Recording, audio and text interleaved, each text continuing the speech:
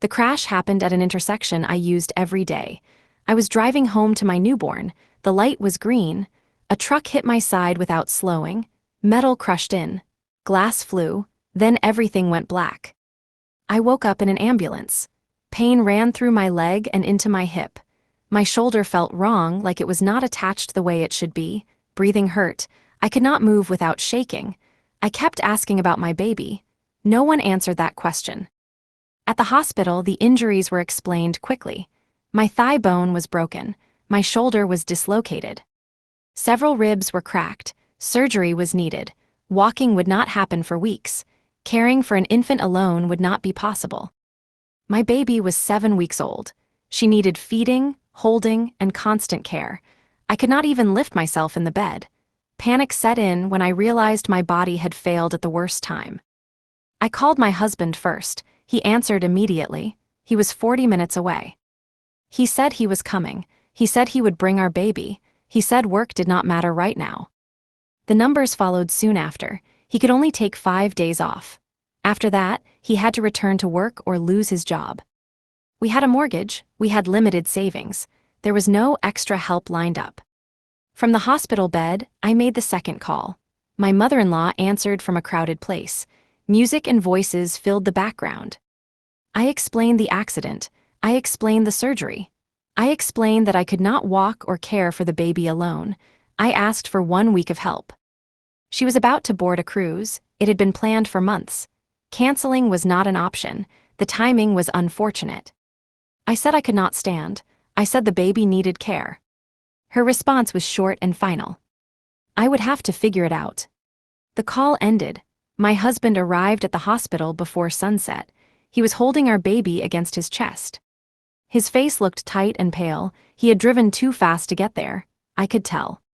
He stood beside the bed and let me see her. She was asleep. She had no idea what had happened. That made it worse. I could not reach for her. My arms were weak. My body was tied down by pain. The doctor explained the timeline again. Surgery in the morning, weeks without walking, no lifting, no carrying a baby, no stairs, no emergencies handled alone. My husband asked how long he could stay home. 5 days was the answer, no more. His job would not wait. If he missed more time, they would replace him. We both understood what that meant. We started counting before the surgery even happened. 5 days to recover enough to survive alone. 5 days to figure out care for a newborn. 5 days before the house became quiet again. The money problem showed up fast. The mortgage was due soon. Utilities were coming. Savings were thin.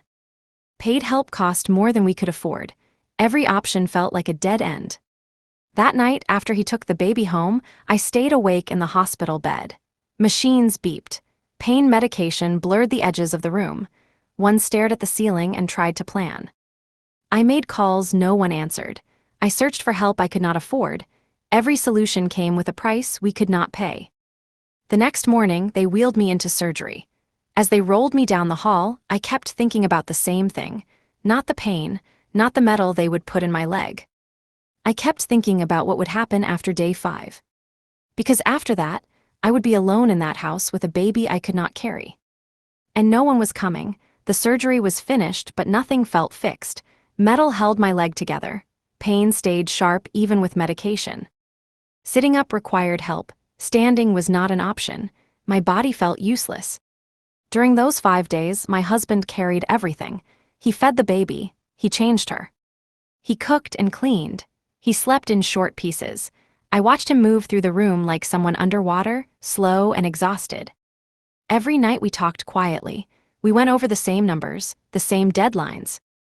The same fear. When his leave ended, the help would end with it. There was no backup plan. From the hospital bed, I reached out again. Friends had work, neighbors had limits. Each call ended the same way, concern without solutions, kind voices with closed doors. I tried my sister next. I kept it simple. I explained the accident and the baby. The response came fast and careless. She was not comfortable with infants. She had her own problems. Helping was not possible. The call ended without hesitation. That night, my husband sat beside me in silence. He said we would survive this. He always believed that. I wanted to believe it too, but belief did not pay for care. On the 5th day, he packed his bag. He kissed me. He kissed our baby. His hands shook as he walked out. Work was waiting. Bills were waiting. The house felt wrong without him. The silence pressed in. That evening, I tried to lift my baby alone. My leg gave out. Pain shot through my body. I barely caught her in time. I stood there shaking, holding my child. That was the moment everything changed. This was no longer about recovery. This was about survival. The first night alone was chaos. The baby cried while my body refused to move fast enough. Every sound felt urgent, and every delay felt dangerous. I learned my limits quickly. I could not carry her across the room. One could not stand while holding her. Every movement required planning. One wrong step could end in disaster. Sleep disappeared. Pain woke me. The baby woke me. Fear filled the quiet moments in between. By morning, the truth was impossible to ignore. This could not continue. One fall could hurt her. One mistake could change everything. From the couch, I searched for help. Home care services, night nurses, emergency support. Every option came with a price that made my chest tighten. Hourly rates added up fast. Minimum shifts erased any sense of control. I chose the cheapest option that still felt safe. A night nurse for limited hours, just enough to survive the nights without risking my child's safety. The first payment cleared that afternoon. The number on the screen did not feel real. Money left our account faster than I expected. Too fast. I cut everything I could. Subscriptions were canceled. Unused items were returned. Anything that was not essential was gone. Even that was not enough. I started looking around the house differently. Jewelry, keepsakes, items tied to memories. I listed one item online.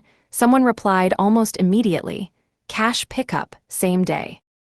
When the door closed behind them, the house felt hollow. Not quiet, just empty. That night, the nurse arrived and took my baby with calm hands. Relief hit me hard. Shame followed right after. Later, alone on the couch, I checked our bank balance again. The number was smaller. And the nights ahead were still waiting. Days passed in a blur of pain and numbers. My body stayed broken. The bills kept coming. Every night cost money. Every morning brought less in the account. One afternoon, I opened my phone while lying on the couch. I had not checked social media since the accident. I did not plan to stay long. Her photo filled the screen. She was standing on a ship deck, the ocean behind her, a drink in her hand. A smile wide and relaxed. The caption talked about peace and self-care. I scrolled, there were more: dinners, sunsets, spa rooms. Each photo showed comfort, each one showed choice. I stared at the screen longer than I should have. The contrast felt sharp. I was trapped in my house, unable to walk, unable to carry my baby safely. She was moving freely, untouched. Something settled in my chest. Not shock, not sadness, clarity. This was not a misunderstanding. This was a decision. I thought about the money I had sent her over the years. Monthly transfers without question, emergency help when she asked. I never tracked it closely. I trusted her. Now I was counting dollars while watching her spend without worry. The realization felt cold and steady. I had always been the backup, the one who handled problems quietly, the one who adjusted when others did not. That role had followed me into this moment, injured, alone, paying the price. I locked my phone and set it aside. I did not cry. I did not scream. I just lay there listening to my baby breathe through the monitor. That was when the shift happened. Not anger, not grief. Awareness. I understood something important. She was not coming. She never planned to. And that meant I was truly on my own. A week later, my phone rang in the afternoon. The number belonged to my mother-in-law's husband. He rarely called me. That alone made my stomach tight. His voice sounded unsure. He asked how I was feeling. He asked about the baby. He sounded confused, like the pieces did not match. He explained why he was calling. He had seen a post from a relative about my accident. It mentioned surgery and long recovery. That was not what he had been told. According to him, the story was different. He believed I had a small crash, minor pain, no serious damage, no real need for help. I sat still and listened. My leg throbbed, My shoulder burned. The lie was suddenly clear. She had not only refused to help, she had hidden the truth. He asked if it was really that bad. I told him the facts: broken leg, surgery, no walking, a newborn at home. Silence filled the line after that. He offered to come immediately.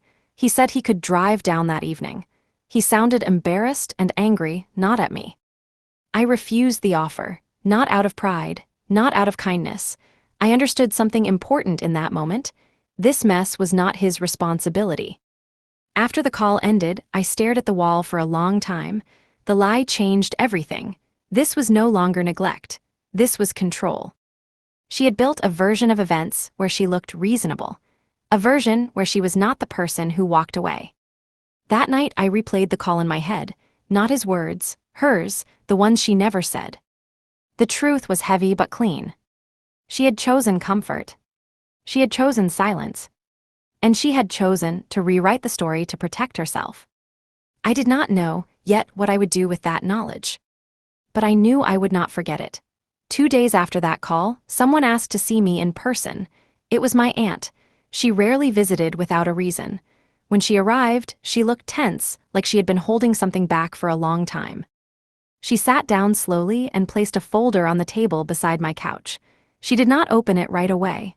She watched me first, like she was checking if one was strong enough to hear what she came to say. She apologized before explaining anything. The apology sounded heavy, old, like it had been waiting for years. She said there were things I should have known earlier, things she had stayed quiet about. She said fear kept her silent. She said she was done being afraid. The folder stayed closed while she spoke. My attention stayed on it anyway. Whatever was inside felt important, dangerous. She brought up my father, his death, the months after, the paperwork my mother handled. The questions no one asked because grief made it easier not to ask. Then she slid the folder toward me. Inside were documents, clean copies, official papers, names, numbers, dates. She told me to read carefully. She told me to take my time. As I scanned the pages, my chest tightened. My name was there, printed clearly, listed as a beneficiary. The amount was not small. She explained what the document meant. She explained what should have happened. She explained what never did. The room felt smaller as the truth settled in. Money meant for me had existed. Money meant for me had disappeared. And the person who controlled everything back then was the same person who told me to figure it out. I looked up from the papers. Nothing in my life looked the same anymore. I read the documents again, slower this time. My father's name was printed at the top. The policy number was clear. The amount was clear. The beneficiaries were listed without confusion. My name was there. The amount next to it was large. Larger than anything I had ever received from my family, larger than our savings, larger than the debt pressing on my chest now. I asked when the policy paid out. The date came quickly. It was 3 years ago, only weeks after my father died. I searched my memory. No check, no deposit, no conversation about it, nothing. My aunt watched my face change. She told me the rest carefully. Both payments were issued. Both payments were cashed. The paperwork confirmed it. My sister received hers. I never received mine. The room went quiet. My baby stirred in the next room. Life continued around me while something old and heavy collapsed inside my chest. I asked where the money went. There was no clear answer, only silence and a careful guess. The person who handled everything after the funeral controlled the accounts. The same person who decided what information was shared. The math was simple, the truth was not. I thought about the months after my father died, how lost I felt, how grateful I was that someone else managed the details, how I trusted that nothing would be taken from me. I thought about the payments I sent later, the help I offered, the times I believed I was supporting family. The folder rested on my lap, proof in ink and paper. This was not confusion. This was not a mistake. This was money taken quietly while I trusted the wrong person. And now I knew exactly when it happened. And who was holding it? I asked how she knew the money was taken. My aunt did not answer right away. She looked at the door, then back at me, like the walls might hear. She said my father never trusted my mother with money, Not fully. Before he died, he showed her the policy. He wanted someone else to know, someone outside the house. After the funeral, she asked one question, just one. She asked where the insurance money went. The reaction was immediate. Anger, threats, silence after that. She was warned to stop asking. She was told she would be cut off from the family if she pushed again. She stayed quiet out of fear. That fear lasted years. Then she told me something else, something she had heard by accident. A conversation at a holiday gathering, wine on the table, voices low, careless confidence. My mother mentioned an account no one else knew about, money set aside, a private safety net, not shared, not discussed, hidden. At the time, it sounded harmless, just talk. Now it sounded exact. The pieces locked together in my head. The missing money, the secrecy, the control, the lies layered carefully over time. I asked if her husband knew. The answer was no. That detail mattered more than anything else. I leaned back against the couch and stared at the ceiling. My leg throbbed, my shoulder ached, but my mind was clear. This was not about one bad choice. This was a pattern, planned, protected, repeated. I was not careless. I was targeted. The room felt colder. The folder felt heavier in my hands. I understood something then. This truth was dangerous. And once known, it could not be put away again. After my aunt left, I did not sleep. I waited until the house was quiet. The baby finally settled, the pain dulled enough to think. I pulled the folder closer and opened my laptop. I needed order. I needed proof laid out in a way that could not be denied. I started listing everything: dates, amounts, transfers. Every time I sent money to my mother, every message attached to it: property taxes, emergency repairs, temporary help. The pattern showed itself fast. Monthly payments, same amount, same timing, no missed months, 3 full years. I added the total at the bottom and stopped breathing for a moment. Then I added the money from the funeral, the contribution I made without question, the inheritance that never arrived. The final number stared back at me. It was not small, it was not accidental, it was precise. I leaned back and closed my eyes. The house was silent except for the monitor. My child breathed softly in the other room. She was safe for now. That safety had a price, and someone else had been paying it with my money. I thought about confrontation. Calling, demanding answers, letting anger lead. The idea passed quickly. That would warn her. She had lived on control and secrets for years. She would deny, she would twist, she would bury the truth deeper. I needed time. I saved the file and locked the folder away. Nothing would happen yet, not until I could stand without help. Not until my child was secure, not until I was ready. This was not revenge. This was preparation. And the person who took everything from me had no idea what I now knew. That made all the difference. The next step was simple. I stopped sending money. For 3 years, a transfer left my account every month without delay. I never questioned it. I never missed it. I canceled it in less than a minute. No message followed, no warning, no explanation. I wanted to see what would happen. Days passed, nothing changed at first. No call, no text, no concern about my recovery. The silence felt intentional, like she had not noticed yet. I focused on healing. Physical therapy started slowly. Standing hurt. Walking with support hurt more. Every step reminded me I was still vulnerable. Money stayed tight. The night nurse came fewer hours. I adjusted my schedule around pain and fear. I learned how to move without falling. I learned how to hold my baby while sitting still. A week passed, then another. Still no contact. That told me something important. The money was not extra. It was expected. It was part of her balance. I waited. On the 14th day, my phone lit up. Her name filled the screen. I did not answer right away. I watched it ring. My heart stayed calm. I let it go to voicemail. The message was polite, too polite. She mentioned the missing transfer. She asked if my bank had an issue. She said she hoped I was doing better. Nothing else. I did not respond. The second call came the next evening. This time I answered. Her voice sounded warm, careful. She asked about my leg. She asked about the baby. She talked like time had not passed. I listened, I let the space stretch. Then I told her the truth. The transfers were done. We needed to talk. The silence on the line was immediate. And I knew she finally understood. I was no longer playing my role. The line stayed quiet for several seconds. I could hear her breathing. Slow, controlled, she was thinking. I explained everything in order. The insurance policy, the payout date, the amount with my name on it, the confirmation that both checks were cashed. The fact that my sister received hers, the fact that I never did. I did not raise my voice, I did not accuse, I stated facts, numbers, dates, documents. Her response shifted quickly. Confusion came first, claims of not remembering. Claims that everything had been handled long ago, that it was complicated. I kept going.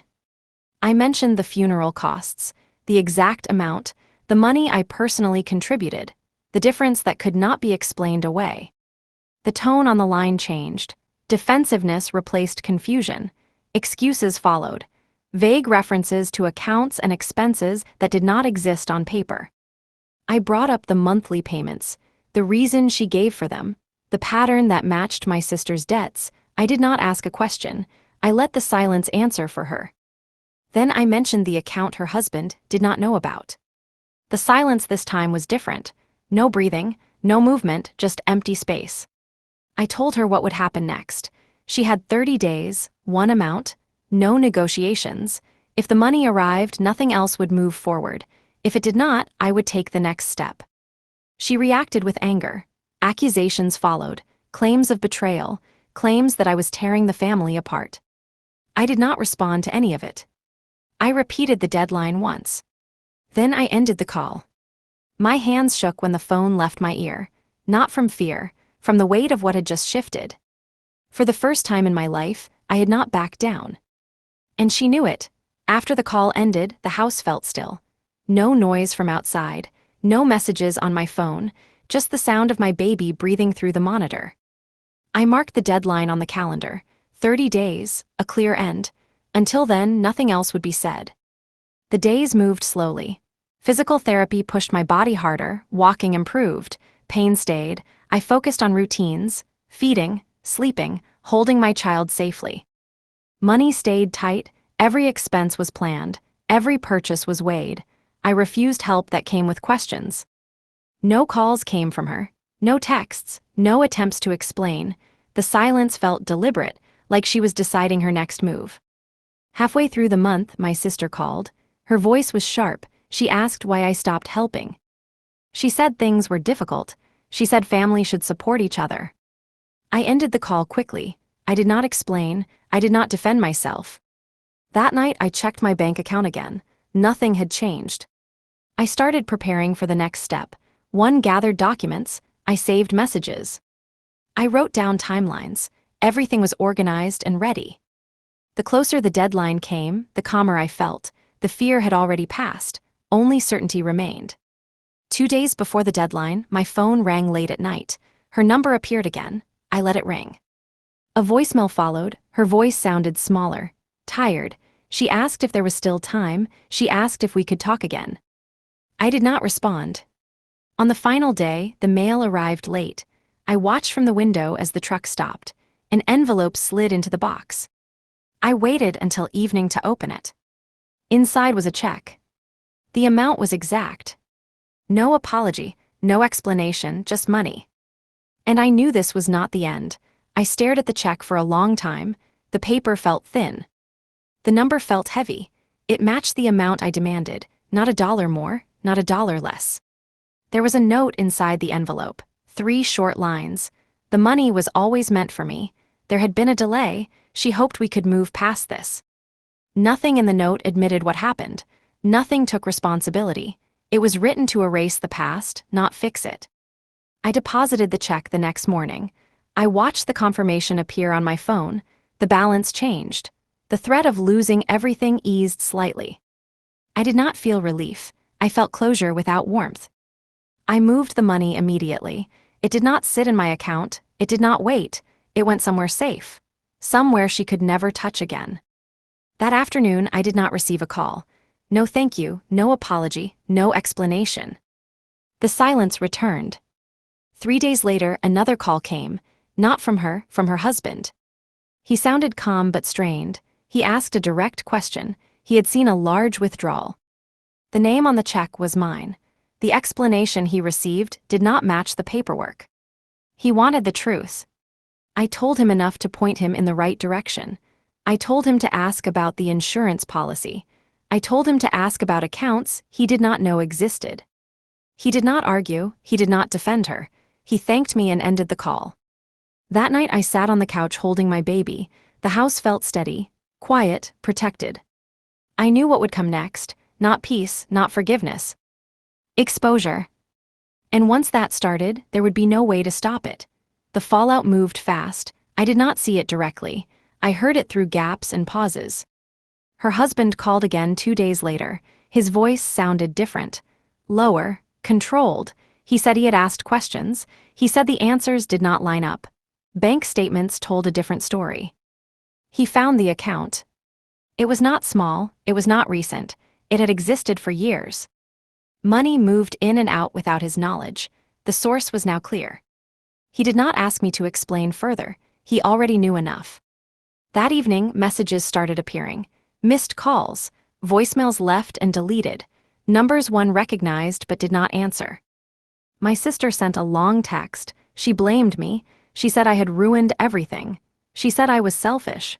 She said I should have stayed quiet. I did not reply. The next day, my aunt called. She spoke carefully. She said he had packed a bag. She said he left the house. She said lawyers were involved. I sat in silence while she talked. My baby slept against my chest. The house felt calm, safe. Later that night, my phone rang again. Her name filled the screen. I did not answer. The call ended, another followed, then another. I turned the phone face down. I understood something clearly then. This was not about money anymore. This was about control being lost. She had managed the story for decades. She had shaped what people believed. One truth had broken that grip. I did not feel joy. I did not feel guilt. I felt finished. The damage was done. The truth was out. Nothing I said now would change what was already collapsing. And for the first time, I was not the one trying to hold it together. The phone rang late that night. I recognized the number without looking. I let it ring until it stopped. A message followed, then another, each one shorter than the last. I listened to none of them. The next morning, my aunt called again. She spoke quietly. She said the house was empty. She said he had taken only what he needed. She said no one knew where this would end. I thanked her and ended the call. Later that day, the phone rang one last time. I answered without greeting. The voice on the other end sounded thin. Stripped of confidence, she did not yell, she did not accuse. She asked why I did this. I told her I did not do anything. I only stopped lying. There was a pause, then anger surfaced. She said I destroyed the family. She said I chose money over blood. She said I would regret this. I waited until she finished. I spoke once. I reminded her she left me injured with a newborn and no help. I reminded her she took what was not hers. I reminded her she chose comfort over truth. The line went silent. I ended the call. That was the last time we spoke. That evening, I held my baby and watched her sleep. Her face was calm, her breathing steady. She knew nothing about what had broken apart. I made a quiet promise then. She would never wonder where she stood. She would never beg for care. She would never be made small to protect someone else. The past was sealed. The damage had reached its final point. And I was done carrying it. Days passed without noise. No calls, no messages, no sudden appearances. The silence felt deliberate, like a line drawn that no one wanted to cross first. I checked the bank again. The money had cleared, fully settled. No reversals, no delays, it was real now. I moved it immediately. I did not leave it sitting where it could be questioned. I opened a new account and transferred every dollar. The process was calm, mechanical, final. That money no longer belonged to the past. Physical therapy continued. I walked better each week. Pain still followed me, but it no longer controlled me. I could carry my baby while seated. I could stand for short moments. Progress felt slow but solid. One afternoon, a message came through from a number one did not recognize. It was short. It said I was cruel. It said I would regret this. No name was attached. I deleted it. Later that evening, my husband asked if I was okay. I told him yes. For the first time, the answer felt true. The problem had been named. The threat had been removed. That night, I opened a new account in my child's name. I funded it with the full amount. I set the rules so no one but me could touch it. I watched the confirmation screen load, the money locked into place. Future secured, control restored. I closed the laptop and sat in the quiet.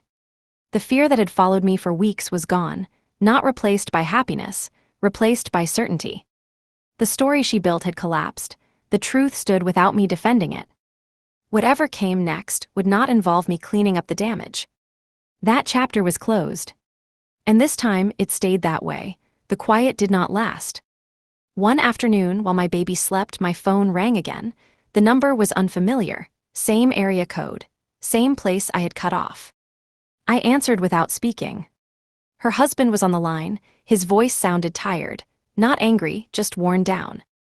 He said he needed to ask one thing directly. He said the answers mattered. He asked if I had received money from her recently.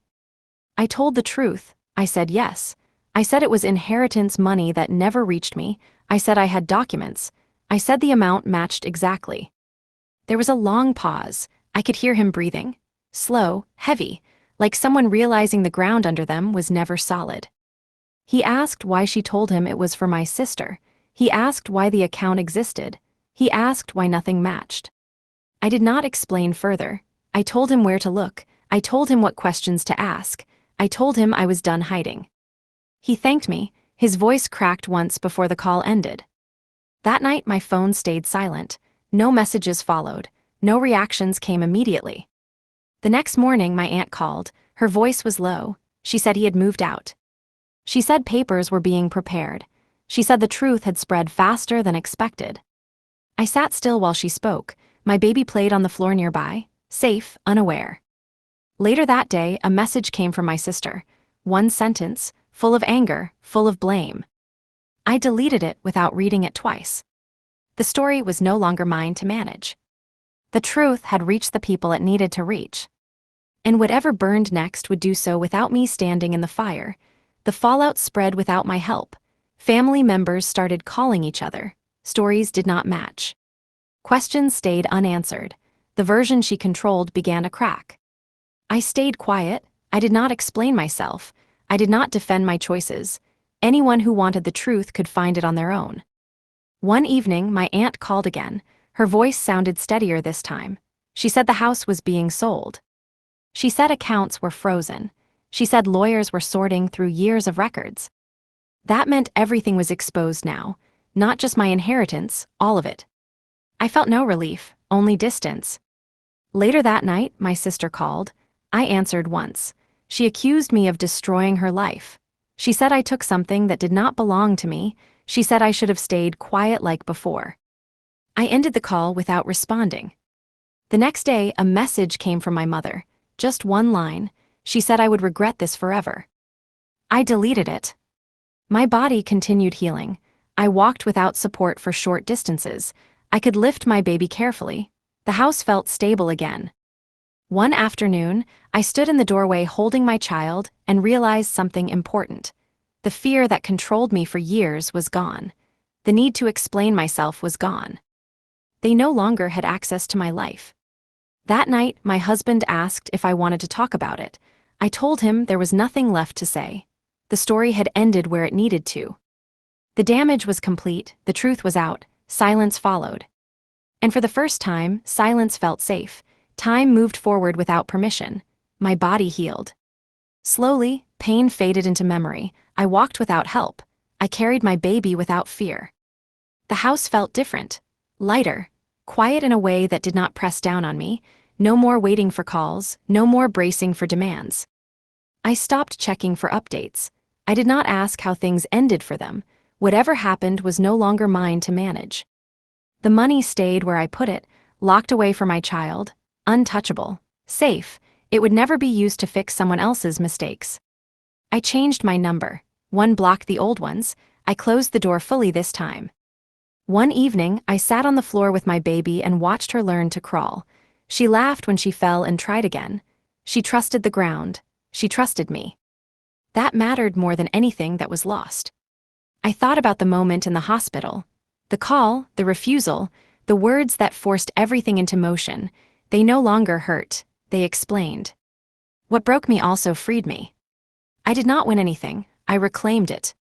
I did not destroy a family. I stopped carrying a lie. The people who chose comfort over truth faded out of my life. The people who stayed showed themselves without asking. At night when the house goes quiet, I feel no regret. No anger, just certainty. My child will never have to earn care. She will never have to beg for help.